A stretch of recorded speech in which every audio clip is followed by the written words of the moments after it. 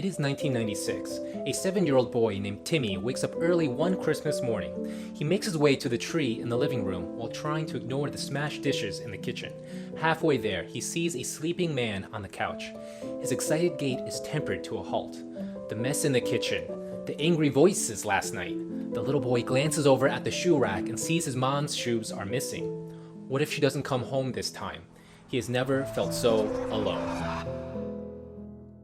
Imagine a world where sadness does not exist, a utopian world where humans find their purpose and savor the riches of life in a way you and I have never experienced before.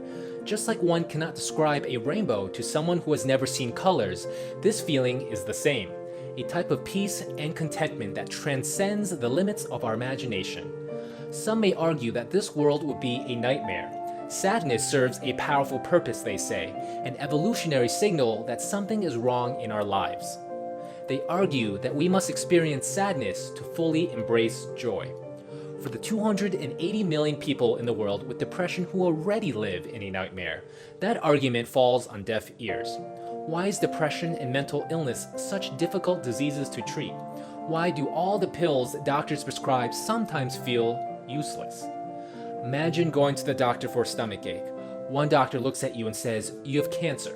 Devastated, you go to a second doctor who says the other guy is wrong and that you actually have appendicitis. To settle this, you visit a third doctor and he says both of them are crazy. You just need to take a shit. Wait, what? In the behavioral health world, this is typically what happens. Since there are no lab markers or objective tests that define depression per se, you'll get different opinions based on who you see. This is called the inter-rater reliability problem and is measured with something called the kappa statistic. This value measures how likely two clinicians will agree on a single diagnosis and can be very poor in many mental health disorders. Because who is even to say that my depression is the same disease as your depression? You're depressed because the existential meaningless of living is just too much to bear, and I'm depressed because you still haven't subscribed to this darn channel. We're dealing with two completely different causes of mental illness, and yet they manifest and look exactly the same to an outside observer. That's a problem, and brings me to my next point. Mental health is at its core subjective. Who's to say what is the socially acceptable length of time to grieve when your grandfather dies? What about your hamster? We understand hamster McHammertime wasn't just any ordinary hamster. He was your best friend. How long can you be sad before it falls into the realm of depression? Because in order to label something as abnormal, you first must define what normal is. But in the broad and far-reaching realm of possible human behavior, that definition can be quite difficult to pin down and is riddled with many cultural and normative biases. Because normal is nothing more than a social construction. You see someone whispering and talking to themselves under their breath. What's your first thought? Delusional and borderline psychotic, right? But their hands are clasped together and they're on their knees. Oh, that's okay. They're just praying then. Wait, but who are they praying to? Did they choose one of the invisible cast of characters in the sky we as a collective society have deemed currently socially acceptable? Or are they praying to Zeus, to Lilith, to the flying spaghetti monster? Oh, okay. They're praying to a large cardboard cutout of a large-breasted anime character. Don't worry, that's becoming fashionable these days, so definitely not crazy. In the 19th century, did you know it was considered a mental illness for a slave to want to escape slavery? Drapetomania was the name of this disease, invented by Dr. Cartwright, a US physician who argued that only a sick African mind would be unhappy being a slave, too ill to understand the natural order of things.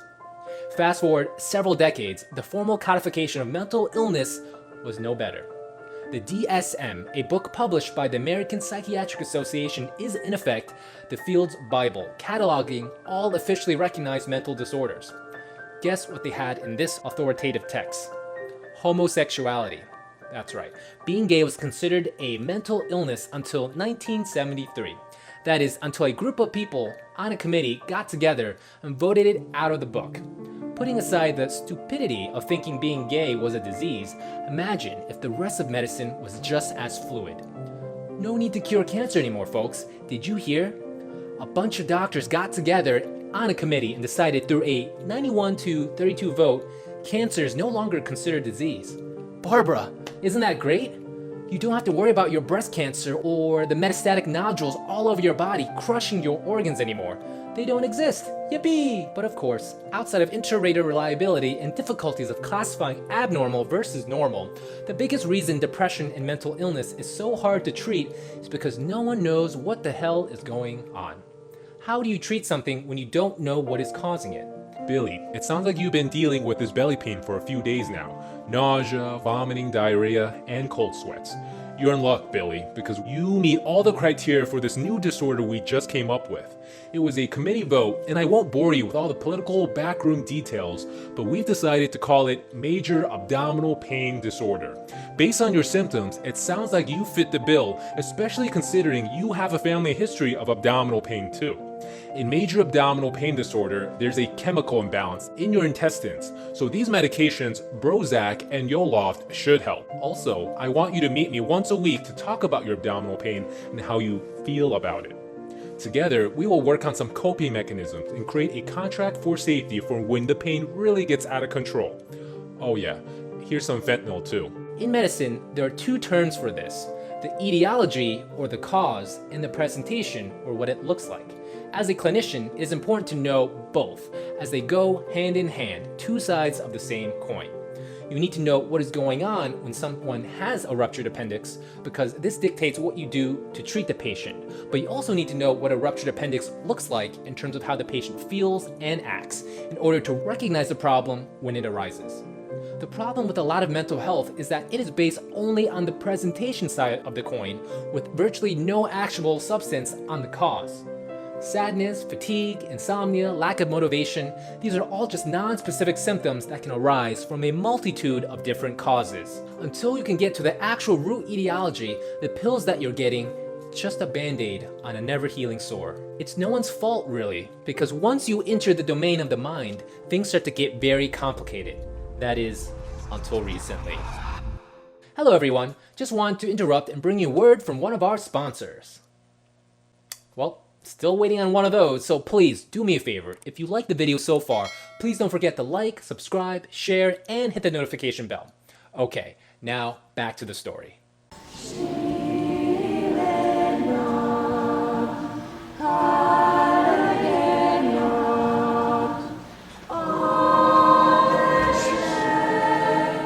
Aren't you going to open your present? The man's gruff voice startles Timmy out of his thoughts. The man has awoken. Shyly, Timmy makes his way to the tree, but hesitates. Open it. It was a command this time. Reluctantly, the little boy unwraps the large rectangular box and reveals some sort of off-brand Lego toy. The finished build was a mechanical train, and with the included rubber bands, it was supposed to be able to run. The boy tinkers around for 10 minutes absentmindedly before the man decides to get involved.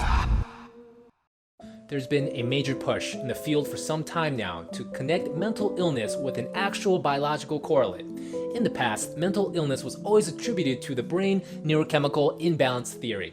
The brain is composed of 86 billion neurons that communicate with each other by sending tiny neurochemical packets of information. Dopamine, serotonin, norepinephrine. These are called neurotransmitters. In this theory, it is thought that the number of neurochemical packets of information being sent were somehow deficient, and hence the rationale for putting everyone on pills designed to increase the amount of neurotransmitters in these communication channels. As science has advanced from the Human Connectome Project to functional MRI studies, we now have increasingly powerful techniques to map out the 60 trillion unique connections that exist in the brain.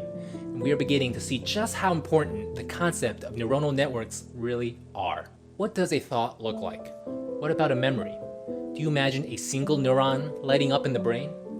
The best way to think of the brain is as a convoluted, interconnected web of railroad tracks. In the first few years of your life, this web of neurons is a tangled, bushy mess with no coordination. But as you grow, the brain is fine-tuned and prunes itself like a green bush being worked on by a master gardener. Along with the network of trains are several large hubs that serve important functions. Imagine the likes of Grand Central Station in New York City. You have one master hub for storing memories, another one for creating emotions, a third for conscious decision making, and many others. As you grow, your knowledge and memories and life experiences begin to mold these railroad tracks into networks of meaningful brain connections.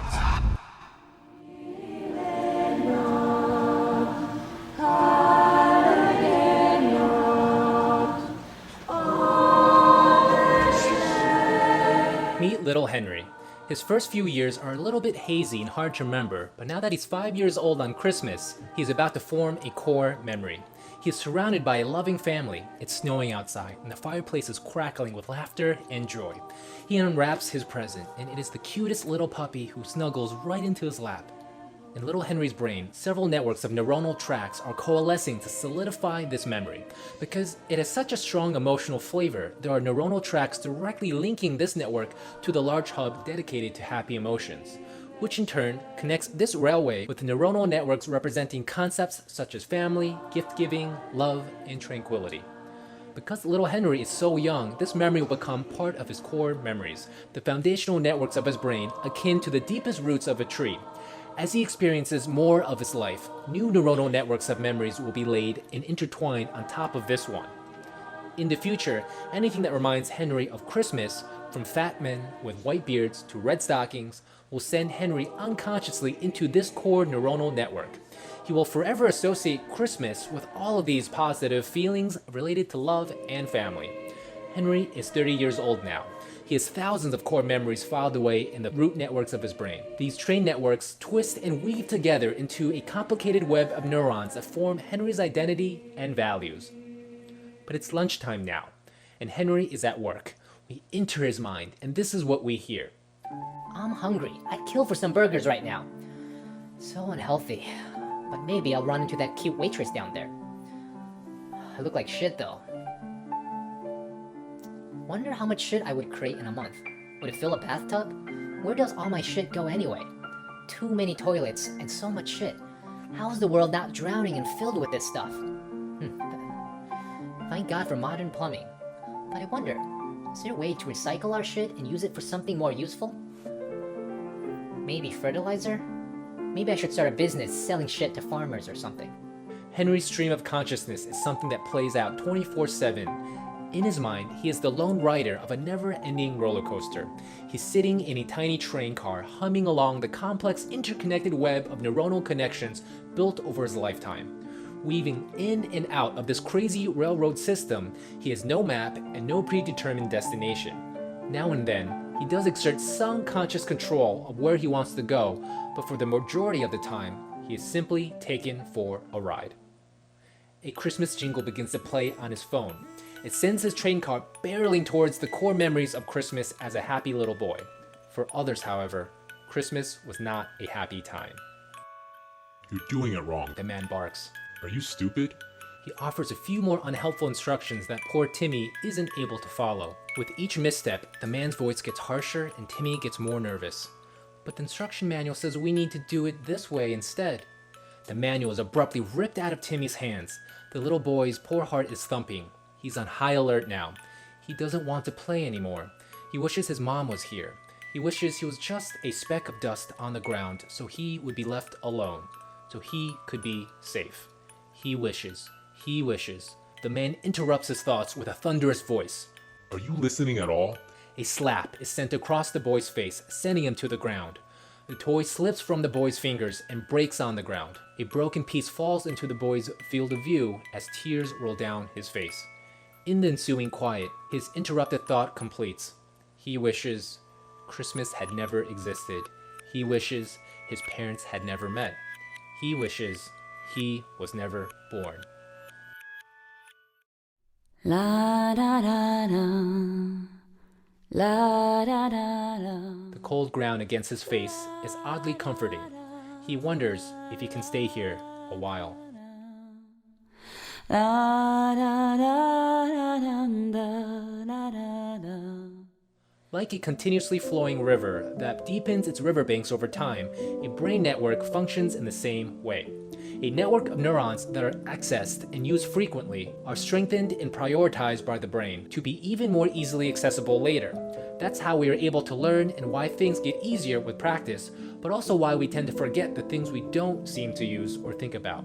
This phenomenon is known as brain plasticity and is both a feature and a curse. Timmy is a man now. Driving down the freeway, a familiar Christmas jingle plays.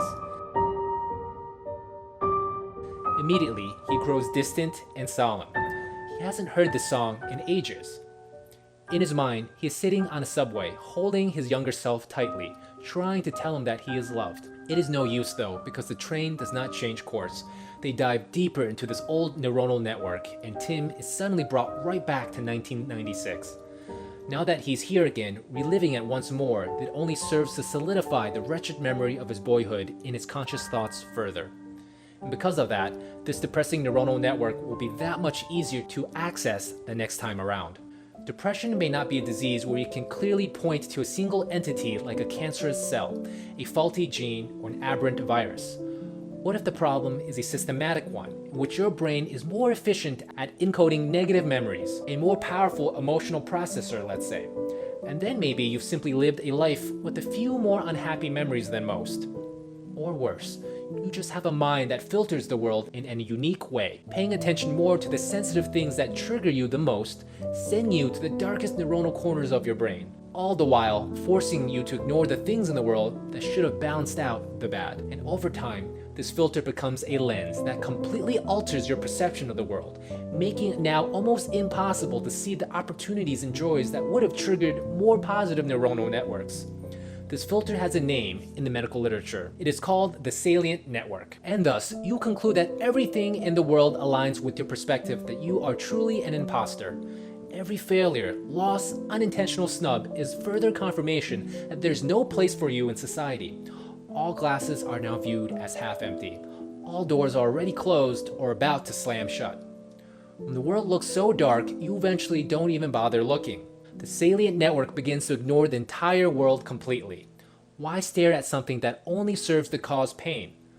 But then again, how can you bathe your soul with sunlight when you close the blinds entirely? Trapped inside your own mind now with no hope for escape, it's only you and the imagined painful illusion of a world you've created in your own head. In psychiatry, this official term is known as rumination and is powered most strongly by the network in the brain known as the default state network. Some say this particular network of neurons is the neurobiological basis for the self. In other words, it activates when you ruminate about yourself, your identity, and your emotional state. It comes online when you think about the past or when you imagine the future. It even comes on when you think about what other people may be thinking about. This network is used when your mind wanders and you stop paying attention to the present moment. In other words, it is this network that conjures up the mental illusions we use to approximate reality. And therein may lie the issue with those who are depressed. Their default state network has painted a picture of the world in the most horrid colors possible. The horde of pain and suffering they've accumulated throughout the years are represented by the layers upon layers of interconnected, bizarro railroad neuronal tracks that all seem to be covered with a thick slime of negative emotional filth. After a while, there's virtually no mental track their stream of conscious train can venture towards that isn't already poisoned by fear and hopelessness. With this context in mind, you can probably imagine why a pill that simply increases the amount of neurotransmitters being sent between these toxic railroad tracks does nothing to solve the actual problem. To promote long-lasting change, you need a complete rewiring of the brain. You need a better filter or lens through which to see the world. You need your neurons to be more flexible in creating new pathways of thought. You want your default state network to be filled with neuronal tracks steeped in more positive emotional states like gratitude and hope, so that when you do inevitably ruminate and wander around in the roller coaster of the mind, you don't stew in emotional traumas that only cover you with grime. Better yet, you minimize your engagement with the default state network and constantly refocus on the present moment, seeing the natural beauty of what's out there and the possibilities of what can be. Meditation is exactly the art and practice of this. By focusing on the obvious realities of the present moment, you power down the default state network and escape the network of illusion. The less time you spend ruminating and riding along networks steeped in negativity, the weaker those connections become, and the less likely you'll ride them again in the future. But this takes time, practice, effort, and persistence. It's hard enough to get people to consistently go to the gym. It may be an even taller task to get people to train and work on their minds. Luckily, there's promising research that shows you may be able to get the same life-changing effect with a single new treatment. In the next video, we'll discuss what very well may be the cure for depression. I'll walk you through the true story of a severely depressed man who, because of this treatment, has a completely life-changing experience. And as always, if you enjoyed this, please remember to like, share, and subscribe. Studies show that hitting the subscribe button makes you 2 times less sad. Okay, my friends, until next time, stay humble, stay healthy, stay fresh. Peace.